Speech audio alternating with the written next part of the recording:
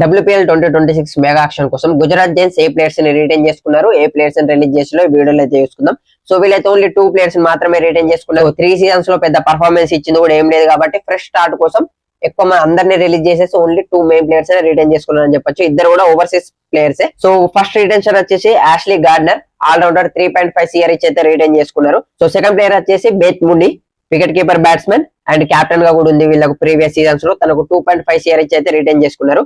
So వీళ్ళు release చేసిన big players చూసుకుంటే Harleen Deol and Laura Wolvaardt. Harleen Deol టీమిండియాలో రెగ్యులర్ ప్లేయర్, బ్యాట్స్మెన్, చాలా మంచిగా రన్స్ అయితే స్కోర్ చేస్తారు, తనని రిలీజ్ చేసి. అలాగే లారా వాల్వరెట్ సౌత్ ఆఫ్రికా కెప్టెన్, రీసెంట్ గా వరల్డ్ కప్ 2025 లో కూడా మంచి ఫామ్ లో ఉంది. ఫైనల్ లో అండ్ సెమీఫైనల్ లో సెంచరీ స్కోర్ చేసింది, హైయెస్ట్ రన్ స్కోరర్ కూడా ఉంది. సో తనను కూడా రిలీజ్ చేసిళ్ళు. సో ఇద్దరు ప్లేయర్స్ రిటైన్ చేసుకున్న తర్వాత వీళ్ళ దగ్గర 9 CR పర్స్ అవుతుంది.